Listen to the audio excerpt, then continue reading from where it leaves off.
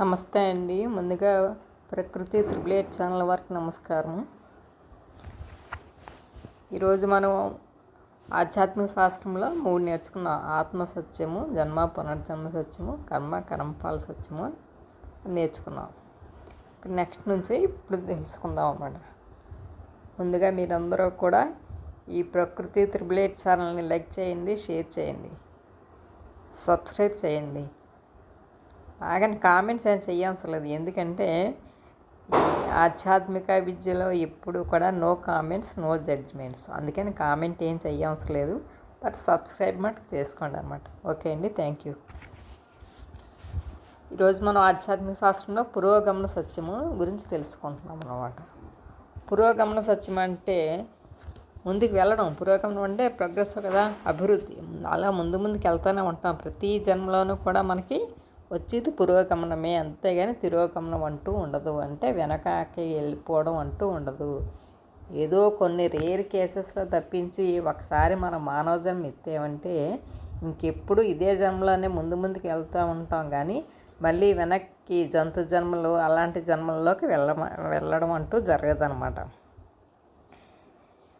అందుకని ఏ జన్మ తీసుకున్నా కూడా తిరోగమనం కాదు, పురోగమనమే అని తెలుసుకోవాలి. అంటే మనం మనిషిగా పుట్టినా లేకపోతే జంతువుగా పుట్టినా, జంతువులుగా పుట్టితే తర్వాత కొన్ని జన్మల తర్వాత మానవుడిగా వస్తుంటాను.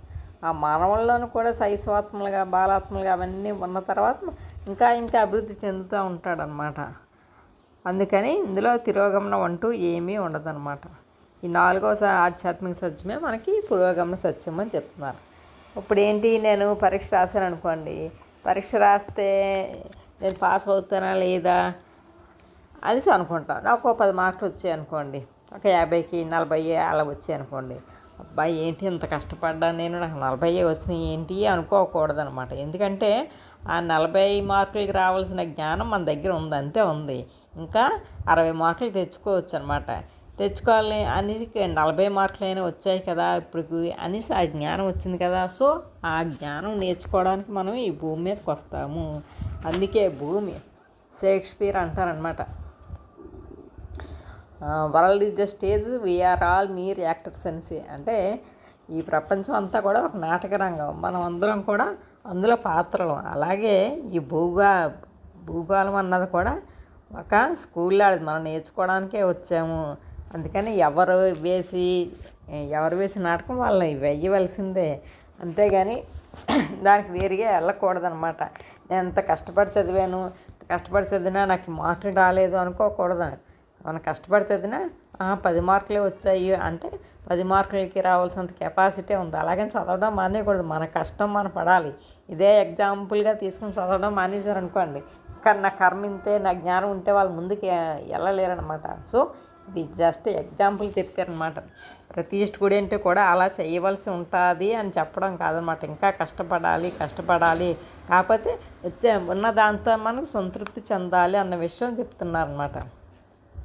30 మార్కులు వస్తే పాస్ అవుతామని 10 మార్కులు వచ్చి ఫెయిల్ అయిపోయామని ఇప్పుడు బాధపడకూడదు. ఫెయిల్ అయిపోయితే మన జీవితం ఏమి పోయినట్టు కాదనమాట.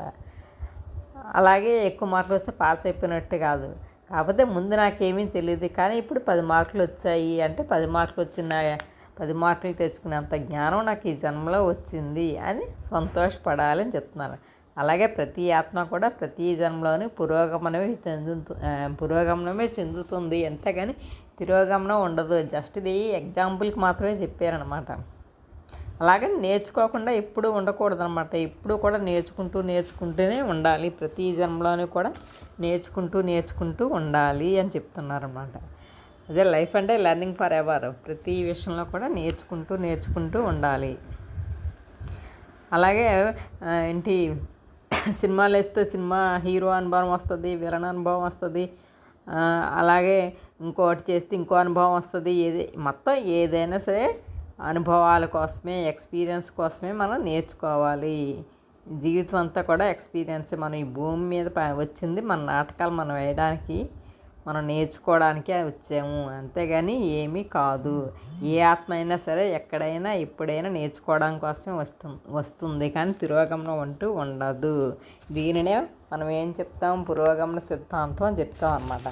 పురోగమన సిద్ధాంతం అంటే ప్రతి జన్మలోనూ కూడా నేర్చుకుంటూ ఉండాలి. అలా ముందుకు వెళ్తూ ఉండాలి.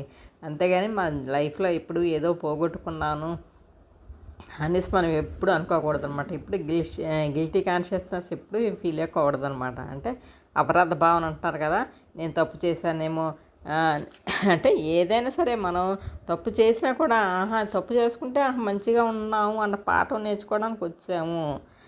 కానీ ముందు మనం అలాగే తప్పులే చేస్తుంటాము. అంటే ఆ తప్పుల దగ్గర నుంచి కూడా మనం లెసన్స్ నేర్చుకోవాలి అని చెప్తున్నారనమాట.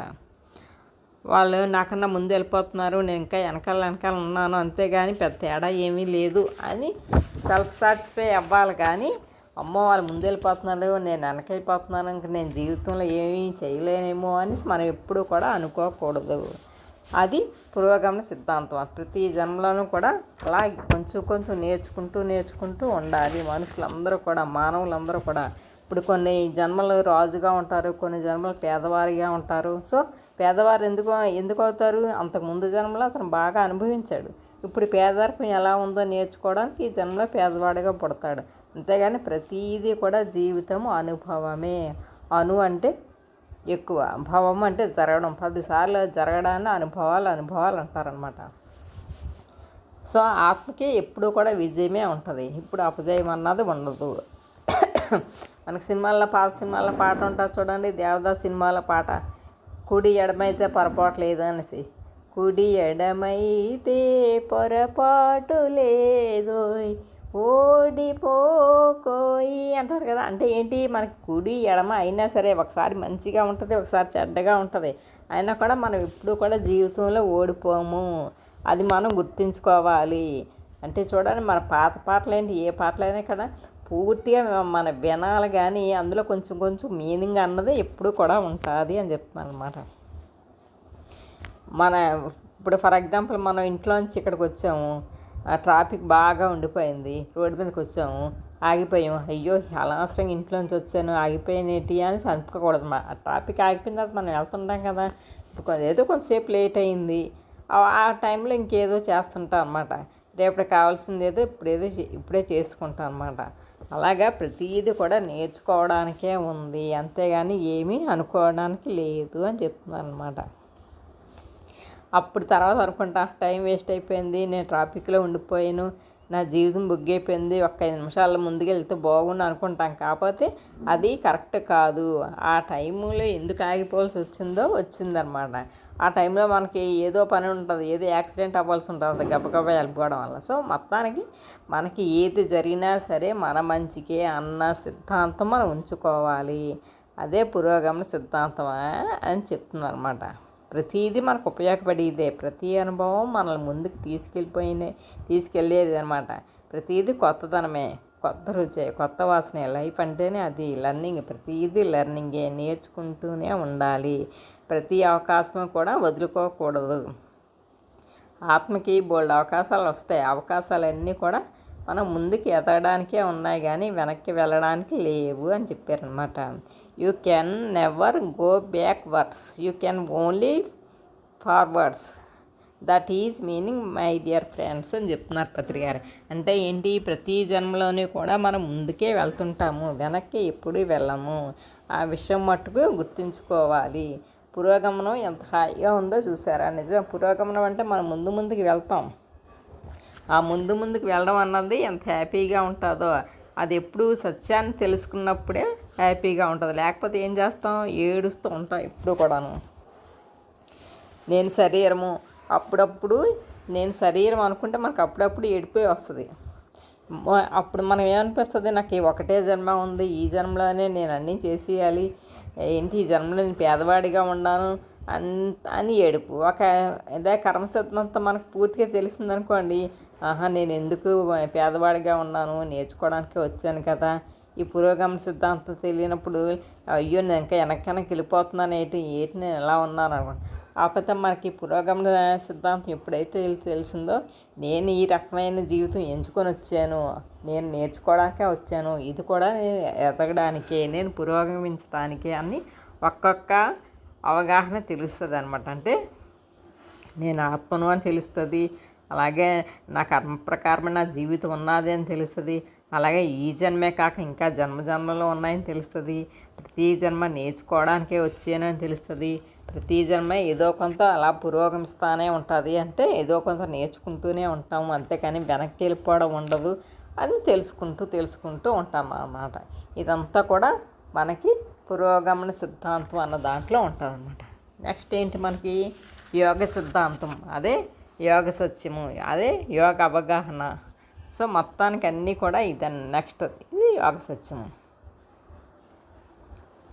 ఇక్కడ పురోగమన సిద్ధాంతం తర్వాత మనకి నెక్స్ట్ ఉండవలసింది ఏంటి యోగ సత్యం. పురోగమనాన్ని మనం ఏంటి పురోగమనం అంటే ముందుకెళ్ళడానికి మనం వేగవంతం చేసుకోవాలి. ఏంటి దేని ద్వారా వేగవంతం చేసుకుంటాం? జ్ఞానాన్ని సంపాదించడం ద్వారా వేగవంతం చేసుకుంటాం అన్నమాట.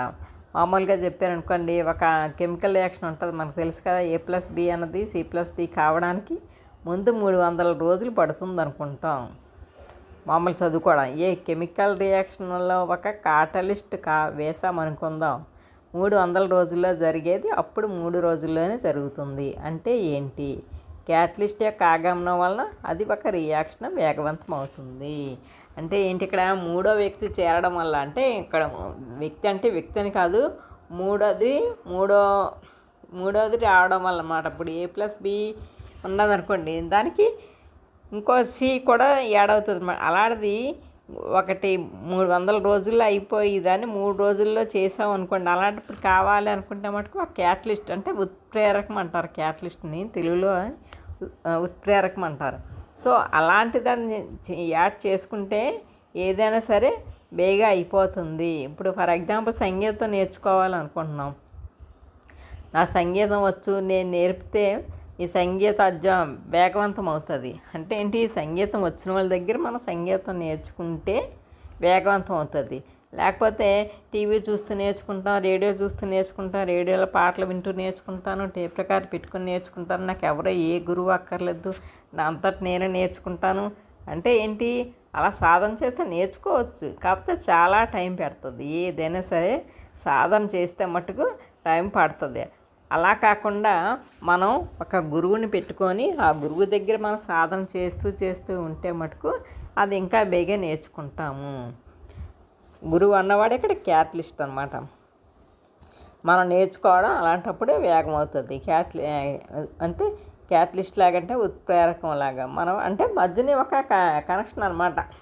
ఇప్పుడు గురువుకి మనకి మనం నేర్చుకోవడానికి మనకి మధ్యన గురువు అనేవాడు ఉంటే మనం నేర్చుకోవడం ఈజీ అవుతుంది అన్నమాట. అలాగే ప్రతి పనికి కూడా మనం క్యాటలిస్ట్ ఉపయోగించుకోవాలి. అలాంటప్పుడు మన జీవితంలో పురోగమనం అన్నది చాలా వేగవంతం అవుతుంది. ఆ పురోగమనాన్ని వేగవంతం చేసుకోవడానికే మనం యోగ సిద్ధాంతంలోకి వస్తాము అన్నమాట. యోగ సిద్ధాంతం ఎందుకు వస్తుంది మనకి? మన పురోగమనాన్ని వేగవంతం చేసుకోవడానికే ఈ 4వ సిద్ధాంతమైన యోగ సిద్ధాంతం అన్నది వస్తుంది. ఈ 4వ సిద్ధాంతమైన యోగ సిద్ధాంతం ఎప్పుడైతే తెలిసిందో, యోగం అంటే మనకు తెలుసు కలయిక, ఆ కలయిక వల్ల మనకి అంతా కూడా ప్రతిదీ కూడా వేగవంతం అవుతూ ఉంటుంది అని చెప్తున్నారనమాట. నెక్స్ట్ ఇక్కడ ఏంటి? కాలేజీకి స్కూల్కి తమ పిల్లల్ని తల్లిదండ్రులు ఎందుకు పంపిస్తారు? పాఠాలు వాళ్ళు ఇంట్లోనే చెప్పొచ్చు కదా అని చెప్తున్నారు. ఇక్కడ గురువుగారు అలా చెప్తున్నారు అన్నమాట. నిజమే కదా, పిల్లల్ని స్కూల్కి ఎందుకు పంపిస్తాం? అమ్మ నాన్నలు చదువుకున్నారు కాబట్టి వాళ్ళు నెమ్మదిగా ఇంట్లోనే నేర్పుకోవచ్చు కదా. కాకపోతే ఇక్కడ ఏంటి? స్కూల్లో టీచర్స్ చెప్పేది వాళ్ళకి బాగా వస్తుంది, అంటే వాళ్ళని టీచర్స్ క్యాటలిస్టులు అనమాట. పిల్లలు నేర్చుకోవడానికి వేగవంతం చేయడానికే కదా. అంటే ఏ పని చేసినా మనం దాన్ని స్పీడప్ చేయడానికి ఒక క్యాటలిస్ట్ మనం ఉపయోగించాలి. అక్కడి క్యాటలిస్ట్లే స్కూల్ అని. ఇక్కడ మనం ధ్యానం చేసామనుకోండి, ఆ ధ్యానం ద్వారా మన ఆత్మ పురోగమనం వేగవంతం అవుతుంది. అంటే ఏంటి? ప్రతి మనిషి కూడా ఆత్మస్వరూపుడని తెలుసు, కాకపోతే ఈ ఆత్మకి పురోగమనం చేయాలి, ఈ ఆత్మకి పురోగమనం చెందించాలి. ఈ ఆత్మని పురోగమనం చెందించాలంటే మనం ధ్యానం చేయాలి. సో అందుకని ఆత్మ పురోగతి కోసం మనం అందరం కూడా ధ్యానం చేయాలి. లేకపోతే ఏంటి? నత్తనడకలాగే ఉంటుంది మన జీవితం. ఏదో ఉన్నామా, తిన్నామా, పడుకున్నామా, తెల్లారిందా, సో అలాగే ఉంటుంది అన్నమాట. అంతేగాని ఇంకా ముందుకు వెళ్ళదు. కాబట్టి ఎప్పుడైతే ఈ యోగ సత్యం అన్నది తెలిసిందో, ధ్యానం అన్నది మనకు తెలిసిందో, మన ఆత్మ అప్పుడు పురోగమనం చెందటానికి ఉపయోగపడుతుంది, సహాయం చేస్తుంది. ఈ పురోగమన సిద్ధాంతం అంటే అదనమాట. ఏదైనా సరే ఆధ్యాత్మిక శాస్త్రంలో ఉన్నది యోగ సిద్ధాంతం. ఆ యోగ సిద్ధాంతాన్ని పట్టుకొని మనం ధ్యానం చేసి మన శ్వాసతో మన శ్వాసయోగం చేసుకొని ధ్యానం చేస్తే మనకి ఏకాగ్రత పెరిగి ఎరుక పెరిగి ధ్యాన స్థితి బాగా కలుగుతుంది అని చెప్తున్నాను. మనం మామూలుగా చిన్నప్పటి నుంచి భగవద్గీత చదువుకుందాం అనుకుంటాం, అప్పుడే మనకి అసలు సంగతి తెలిసిపోతుంది. కొంతమందికి అంతే పని, ఎందుకు నా వరకే నాకు ఎప్పుడో తెలుసు, మనం అందరూ ఆత్మస్వరూపులమా అని తెలుసు. నేను ఇప్పుడు సిక్స్త్ క్లాస్లో 5th క్లాస్లో చదువుతున్నప్పుడే మా నాన్నగారు తెలుగు మాస్టర్ కాబట్టి అవన్నీ చెప్పేవారు, తెలుసు. కాకపోతే ఆత్మ ఇది ఎలా ధ్యానం చేస్తే మనం ఆత్మస్థితికి వెళ్ళిపోతాము అన్న సంగతి తెలియదు అన్నమాట. అది ఇప్పుడు కానీ మనకి పత్రి గారు వచ్చి మనకు చెప్పిన తర్వాత కానీ మనకు తెలియదు. చిన్నప్పటి నుంచి మన ఆత్మస్వరూపం తెలుసు. లేకపోతే మనకి అంతా జీవితం అంతా కూడా చిన్నప్పటి నుంచి భగవద్గీత అది చదివామనుకోండి, మనకు అంత తెలుస్తుంది. లేకపోతే మనకు నత్తనడకే తెలిసిన దానికి ఆచరణ అన్నది ఉండాలి. ఎప్పుడైనా సరే ఏంటి ఆహారం మార్చుకుంటాం, ఆలోచనలు మార్చుకుంటాం, ఈ ఆచరణ దగ్గర మటుకు కరెక్ట్గా లేకపోతే మటుకు మనం కిందకి వెళ్ళిపోతుంటాం అనమాట. అందుకే చిన్నప్పటి నుంచి భగవద్గీత చెయ్యాలి, భగవద్గీత చదవాలి. చదివితే సరిపోదు, ధ్యాన సాధన కూడా చెయ్యాలి. చిన్నప్పుడే మనం నేను శరీరం కాదు ఆత్మని అనే విషయాలు తెలుసుకోవాలి. ఆధ్యాత్మిక విద్య అన్నది చిన్నప్పటి నుంచి ప్రతి పిల్లవాడికి ప్రతి పిల్లలకి కూడా వాళ్ళ తల్లిదండ్రులు చెప్పాలి. లేకపోతే మటుకు వాళ్ళ జీవితం ఎలా గుడ్డెద్దు చేలో పడ్డట్టే ఉంటుంది. ఎప్పుడైతే ఆధ్యాత్మిక జీవితం చిన్నప్పటి నుంచి తెలిసిందో వాళ్ళ జీవితాలు చాలా ఫలవంతంగా ఉంటాయి అని చెప్తానన్నమాట. జీవితంలో మనం పురోగమనం చేసుకోవడమే అంటే మన జీవితాన్ని వేగవంతం చేసుకోవడమే యోగ సిద్ధాంతం అన్నమాట. ఈ మిగతా సిద్ధాంతాలన్నింటినీ స్పీడప్ చేసుకోవడానికి ఈ యోగ సిద్ధాంతం అన్నది ఉంటుందన్నమాట. అసలు ధ్యానంలోకి వచ్చిన తర్వాత, మనం యోగంలోకి వచ్చిన తర్వాతే మనకి నిజమైన జీవితం అంటూ తెలుస్తుంది. అప్పటి వరకు ఏదో జీవితం అంటే మామూలుగానే ఉంటుంది అందరిలాగే. నిజమైన జీవితం మటుకు మనం ఈ 4 సిద్ధాంతాలు తెలుసుకున్న తర్వాత ఆత్మసత్యం, కర్మ సత్యం, కర్మఫల సత్యం, పునర్జన్మ సత్యం, యోగ సత్యం, ఇవన్నీ తెలుసుకున్న తర్వాతే మన జీవితం అంతా కూడా మనకు తెలుస్తుంది అన్నమాట. తన ఆత్మ అయినా సరే ఏంటి మనకు తెలీదు. మనం ఎప్పుడైతే ఈ యోగ సిద్ధాంతంలో యోగ సత్యంలోకి వచ్చేమో అప్పుడు కానీ మనకు తెలియదు అనమాట. ఈ యోగ అయిన తర్వాత అలాగా యోగ సిద్ధాంతంలో మనం తెలుసుకున్న తర్వాత అప్పుడు ఇవన్నీ జన్మలు ఉన్నాయని, అసలు నేను శైశవాత్మనని ఇవన్నీ తెలుసుకుంటాడు అనమాట. మొత్తానికి ఎప్పుడైనా ధ్యానం చేస్తేనే, ధ్యానంలో ఉంటేనే మటుకు ఇవన్నీ తెలుసుకోవడం అంటూ జరుగుతుంది. మానవుడు మనిషి అన్నవాడు అప్పుడే ఆనందంగా ఉంటాడు. మా అంటే కాదు, నవ్వుడు అంటే కొత్త, మా అంటే కాదు, నవ్వు అంటే కొత్త. అంటే మనం ఈ లోకానికి ఎప్పుడు కొత్త కాదు, ఇలా వస్తూనే ఉంటాం, పోతూనే ఉంటాం. అందుకే అంటారు, పుణ్యలోకములకు పోయిరుపోకగా పోవు వారు వచ్చి పోవుసుండ్రు, వచ్చి పోవు దారి వదిలించుకొనవలే, కాళికాంబ హంస కాళికాంబ అని చెప్తారు. అక్కడ వీరబ్రహ్మం గారు అలా చెప్తారనమాట. అలాగే భగవద్గీతలో ఏం చెప్తారు, ఆ బ్రహ్మ పునరావృతన అర్జున అని చెప్తారనమాట. అంటే మన బ్రహ్మలోకం వరకు వెళ్ళినా కూడా మళ్ళీ భూమి మీదకి రావాల్సిందే, పునర్జన్మ నా విద్యతే అని చెప్తారనమాట. అంటే మనం బ్రహ్మలోకం వరకు వెళ్ళినా కూడా మళ్ళీ రావాలి. అలాగే తేత్వం ముక్త స్వర్గలోక విశాలం క్షీణే పుణ్యే మత్స్యలోక విశంతి అని చెప్తారు. అంటే మనం స్వర్గలోకానికి వెళ్ళినా కూడా మన పుణ్యాలన్నీ కూడా ఎప్పుడైతే పూర్తి ఇదైపోతాయో అప్పుడు మళ్ళీ భూమి మీదకి రావాల్సిందే అని చెప్తారనమాట. సో ఇవన్నీ కూడా ఈ ఆత్మసత్యాలన్నీ కూడా మనం యోగ సత్యంలోకి వచ్చిన తర్వాతే మనకు తెలుస్తాయి. ఇక్కడ ఏం చెప్పారంటే, తపస్విభ్యోధికో యోగి జ్ఞానిభ్యోభి మతోధిక కర్మభ్య చాదికో యోగి యోగా తస్మాత్ యోగి భవార్జున అని చెప్పారు. అంటే ఏంటి, యోగం అంటే మనకు తెలుసు ధ్యానం అన్నమాట. ధ్యానం అంటే తాపసి కన్నా, యోగాభ్యాసం చేసే జ్ఞాని కన్నా, కర్మలు చేసే కర్మధ్యానికన్నా యోగం చేసేవాళ్ళు చాలా అదృష్టవంతులు. అందుకని నువ్వు కూడా యోగి కా అర్జున అని చెప్తున్నారన్నమాట. అంటే యోగం అన్నది చాలా మంచిది, చాలా ముఖ్యమైనది. అందుకే నువ్వు కూడా యోగికా అని చెప్తున్నారన్నమాట.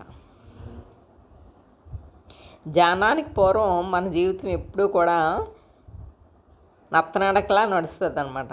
మన జీవితం ధ్యానం తెలియకముందు, ఎప్పుడైతే ధ్యానం తెలిసిందో మన జీవితం అంతా కూడా గరుడగమనం, అంటే చాలా స్పీడ్కి వెళ్తుంటుంది అనమాట. అంటే విహంగ మార్గం అంటారు కదా, ఇంటి ముందు మామూలుగా మనం బస్సులో వెళ్తున్నట్టు అదే మనం ధ్యానం చేసామనుకోండి ట్రైన్లో వెళ్తున్నట్టు అంటారు కదా, ఫ్లైట్ వెళ్తున్నట్టు అని చెప్తారు కదా, అలాగనమాట. హంస అంటే ఇక్కడ ఏంటి, శ్వాస అన్నది మనం హంస అంటే ఆ హంస ఎప్పుడూ కూడా ఎక్కడ ఉంటుంది, విహంగ మార్గం అంటే ఆకాశ మార్గంలో ఎగురుతూ ఉంటుంది. అలాగే మనము ఎప్పుడైతే శ్వాసను పట్టుకున్నామో, శ్వాస కూడా 2 రెక్కలు ఎలా ఉంటాయో, అలాగే పక్షికి 2 రెక్కలు ఎలాగ ఉంటాయో మనం కూడా అలాగే పైకి ఎగురుతూ ఉంటాము. శ్వాస మార్గంలో, ఆకాశ మార్గంలో ఎగురుతూ ఉంటాము. కనుక ప్రతి ఒక్కళ్ళు కూడా ధ్యానం చేయాలి. మన మనస్సును మనం కంట్రోల్లో పెట్టుకోవాలి, మనస్సును శూన్యం చేసుకోవాలి, శ్వాసానుసంధానం చేసుకోవాలి. అంటే శ్వాసను బాగా మన వెళ్ళి ఊపిని గమనించాలి. దానికోసం మన నుంచి సూక్ష్మ శరీరం బాగా విడిపడిపోవాలి. మన దివ్యచక్షు ఉత్తేజితం అవ్వాలి. ఇవన్నీ కూడా మనం ధ్యానంలో ఒక్కొక్క మెట్టు ఎక్కుతూ ఉంటే మనం చూడగలుగుతాం అన్నమాట. అప్పుడు మనం ఆత్మని తెలుసుకుంటాం, మనకి జన్మలు ఉన్నాయి అని తెలుసుకుంటాం, కర్మ సిద్ధాంతం తెలుసుకుంటాం, అలాగే పురోగమన సిద్ధాంతం కూడా తెలుసుకుంటాం. ఇది ఎప్పుడు తెలుసుకుంటాం, ఈ యోగ సిద్ధాంతం అన్నది మనం తెలుసుకుంటేనే ఇవన్నీ తెలుసుకోగలుగుతాము. లేకపోతే ఏమీ తెలుసుకోము. లేకపోతే మనం ఏంటి శైశవాత్మ అంటే చిన్న స్టేజ్, ఆత్మలో చాలా చిన్న స్టేజ్, అంటే మన ఇన్ఫాంట్ అంటే బాలుడి చిన్న పిల్లలు నెలల బేబీ ఉంటారు కదా, ఆ స్టేజ్ అనమాట. శైశవాత్మ అంటే ఏమి తెలియదు. అలాగే శైశవాత్మ నుంచి బాలాత్మ ఉంటుంది, బాలాత్మ నుంచి యువాత్మ ఉంటుంది, యువాత్మ నుంచి ప్రౌఢాత్మ ఉంటుంది, ప్రౌఢాత్మ నుంచి వృద్ధాత్మ ఉంటుంది, వృద్ధాత్మ కూడా దాటి విముక్తాత్మ ఉంటుంది, విముక్తాత్మ దాటి సర్వాత్మ అందులోకి వెళ్ళిన తర్వాత జ్ఞానబోధ అన్నది మామూలుగా ఇక్కడ చెప్పాలంటే మామూలు మనిషిగా పుడతాం. మామూలు మనిషిగా పుట్టిన తర్వాత జ్ఞాని అవుతాడు. ఆ జ్ఞాని అయిన తర్వాత యోగి అవుతాడు. యోగి అయితే ఋషి అయితే మహర్షి తర్వాత రాజర్షి తర్వాత బ్రహ్మర్షి తర్వాత సర్వాత్మలోకి వెళ్తారనమాట. ఇలాగా అన్ని స్టేజ్లు ఉంటాయి, ఇంచుమించు 7 స్టేజ్లు. ఒక్కొక్క స్టేజ్ దాటుకొని వెళ్ళాలి. ఒక్క దగ్గరే మనం ఆగిపోకూడదు అని చెప్తున్నారనమాట. ఇక్కడ ఏంటని చెప్తున్నారు, ఒక సంగీత విద్యను చేసే మాస్టర్ ఎలా ఉంటాడో, ఒక కెమిస్ట్రీ లెక్చరర్ ఎలా ఉంటారో, అలానే ధ్యాన విద్య నేర్పించే కోచ్లు అంటేనే మన పిరమిడ్ మాస్టర్లు అందరూ కూడా ధ్యానం నేర్పించే వాళ్ళే. మిగతా మాస్టర్స్ అందరూ ఎలా ఉన్నారో పిరమిడ్ మాస్టర్స్ కూడా అలాగే ఉన్నారు. అంటే ధ్యానం నేర్పడానికి. అలాగే అందుకే కదా స్కూల్కి కాలేజీలకి వెళ్ళి చెప్తున్నారు కదా, ఇది మౌలికమైన విద్య, దుఃఖం నుంచి బయటపడేసే విద్య, అంతే కదా. ఆత్మ విద్య అన్నది మన దుఃఖాలన్నింటినీ బయటపడేస్తుంది. అందుకే అంటారు తరతి శోకాన్ని ఆత్మవిత్తు. మన దుఃఖం అంతా కూడా ఆత్మని ఎప్పుడైతే తెలుసుకున్నామో అప్పుడే పోతుంది. అలాగే యోగో భవతి దుఃఖ, యోగం అన్నది మన దగ్గర ఉంటే దుఃఖం అంటే అంటే పోవడం, దుఃఖం అంతా కూడా పూర్తిగా పోతుంది. ఆ 2 విషయాలు కూడా మనం గుర్తుంచుకోవాలి. ఈ ఆధ్యాత్మిక విద్య, ఈ ధ్యాన విద్య మన దగ్గర ఎప్పుడైతే ఉన్నదో మనకి అనారోగ్యాల నుంచి ఆరోగ్యం వస్తుంది, మనసుకి అశాంతి నుంచి శాంతి వస్తుంది. అలాగే బుద్ధి మాంద్యం నుంచి బుద్ధి సూక్ష్మత అంటే ఇంటెలిజెన్స్ పెరుగుతుంది, ఆత్మానుభవాలు కలుగుతూ ఉంటాయి.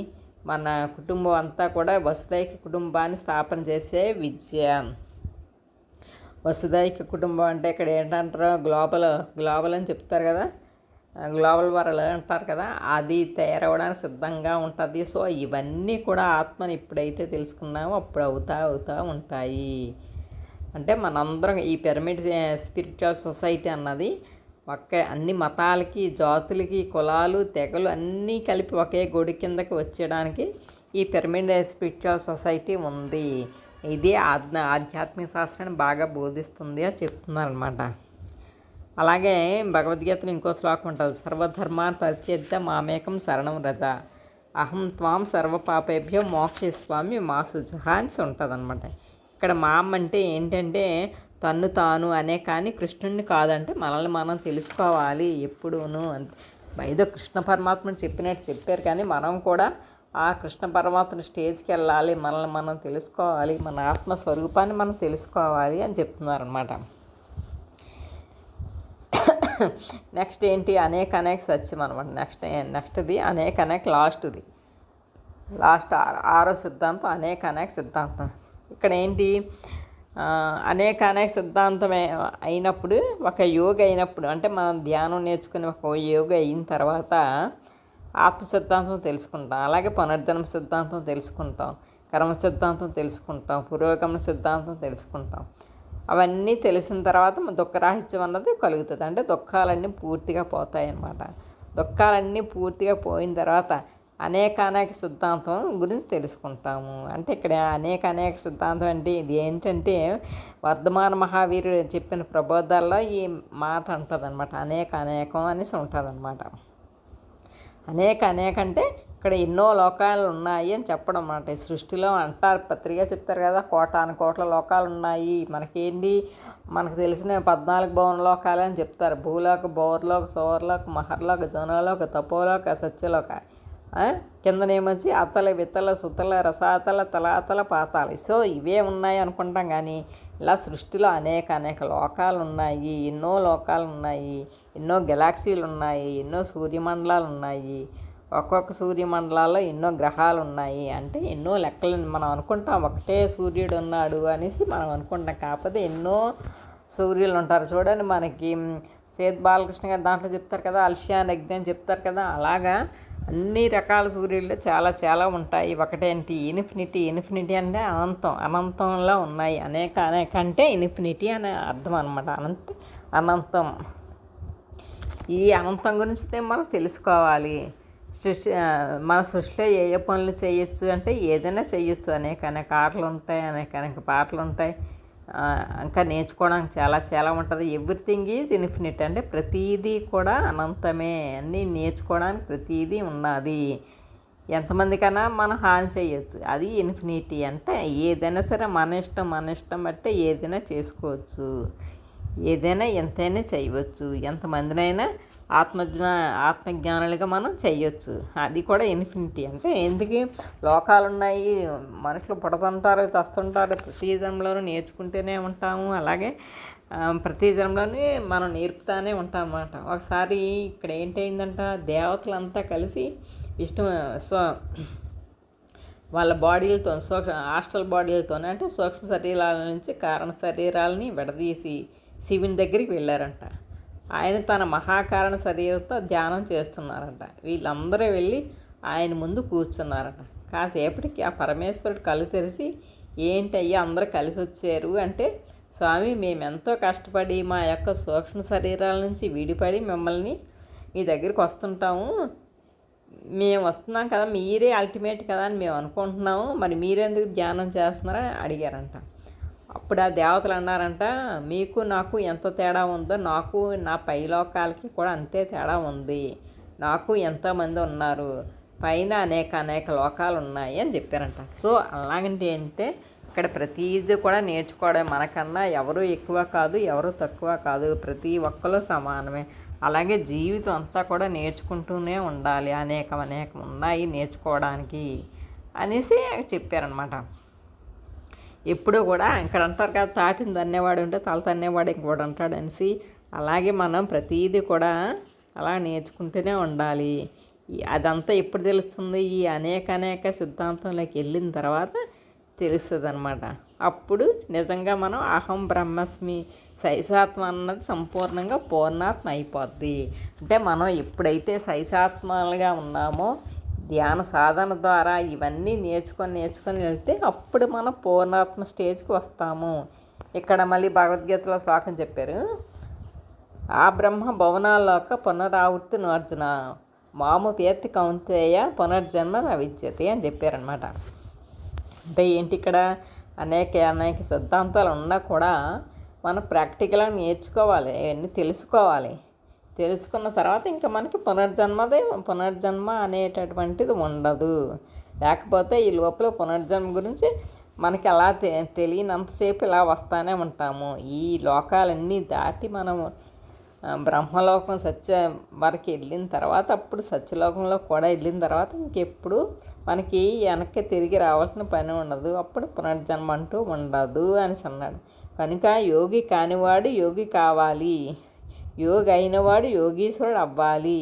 యోగీశ్వరుడు అయినప్పుడే మనకు పునర్జన్మ ఉండదు. అంతవరకు కూడా ఇలా పునర్జన్మ ఉంటానే ఉంటుంది. పునరపి జననం పునరపి మరణం. మనం యోగీశ్వరులు అవ్వాలి. ఇక్కడ ఎవరు యోగీశ్వరులు? యేసుక్రీస్తు యోగీశ్వరుడు, వర్ధమాన మహావీరుడు, శ్రీకృష్ణుడు, వేదవ్యాసుడు, వాల్మీకి, గౌతమ బుద్ధుడు, వీరంతా కూడా యోగీశ్వరులు. మనం కూడా యోగీశ్వరులం అవుతాము అని చెప్తున్నాను. మనం ఓన్లీ తినడానికి తిరగడానికి రాలేదు, భూమి మీద రాలేదు. అందుకని మనం ఇవన్నీ వదిలేసి, అంటే ఇవన్నీ ఉన్నా కూడా మనల్ని మనం తెలుసుకోవాలి. ఏంటి చొక్కా వేసుకుని మనం తినేసి చొక్కాలు వేసుకుని పడుకోవడానికి వచ్చామని అడుగుతున్నారు పత్రి గారు. తినాలి, పడుకోవాలి, చొక్కా వేసుకోవాలంటే భూమి మీద ఉన్నవన్నీ అనుభవించాలి. ఎట్ ది సేమ్ టైం నేను ఎందుకోసమే పుట్టలేదు, ఇంకా నా ఆత్మస్థితి ఇంకా పెరగాలి, దానికోసం కూడా నేను వచ్చాను అని తెలుసుకోవాలన్నమాట. సో ఫ్రెండ్స్, ఏంటైందంటే ఆధ్యాత్మిక శాస్త్రం యొక్క అంతటినీ కూడా ఇందులో మనం తెలుసుకున్నాము. 6 సిద్ధాంతాలు, అవే 6 సత్యాలు, అవే 6 అవగాహనలు, అవే 6 ప్రతిపాదనలు. అవి ఏంటంటే నేను శరీరం కాదు, ఆత్మ అన్నది ఆత్మ సిద్ధాంతం అన్నమాట. ఈ జన్మలే కాదు, ఇంకా జన్మలు ఉన్నాయి అని తెలుసుకోవడం పునర్జన్మ సిద్ధాంతం. తర్వాత ఏంటి, ఈ పునర్జన్మ సిద్ధాంతం తర్వాత మనం చేసిన పని బట్టి మనం ఏ కర్మ చేస్తే దాని ప్రకారం ఇంకోటి వస్తుంది అన్నది కర్మ సిద్ధాంతం. ఎప్పుడైనా సరే ఏ ఆత్మ అయినా సరే నేర్చుకుంటూనే ఉంటుంది, ప్రతి జన్మలను కూడా నేర్చుకుంటూనే ఉంటుంది. అందుకని మనం ఎప్పుడు కూడా వెనక్కి పడిపోవడం ఉండదు, ముందుకు వెళ్ళడమే ఉంటుంది అని తెలుసుకోవడం పురోగమన సిద్ధాంతం అన్నమాట.